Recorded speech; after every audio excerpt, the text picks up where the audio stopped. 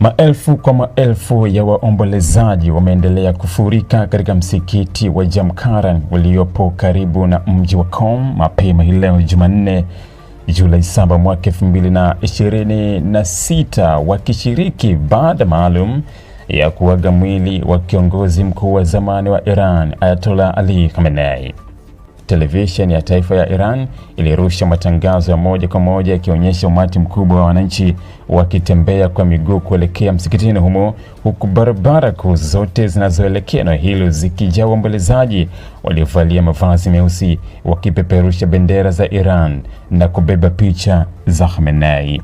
Ibada hiyo imekuwa sehemu ya mwendelezo wa shughuli kubwa za kitaifa za mazishi ambazo zimehusisha miji kadhaa ya Iran kufuatia maandamano makubwa ya maombolezo yaliyofanyika awali katika mji mkuu wa Tehran.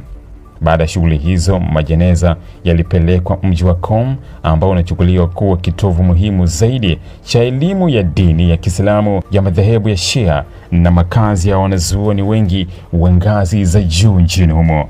Katika msikiti wa Jamkaran, majeneza yaliyofunikwa kwa bendera ya taifa ya Iran yaliwasili huku yakisindikizwa na walinzi wa heshima, viongozi wa serikali, makamanda wa vikosi vya ulinzi, viongozi wa kidini na maelfu ya wananchi waliokuwa wakisoma Qur'an na dua maalum za kuombea marehemu.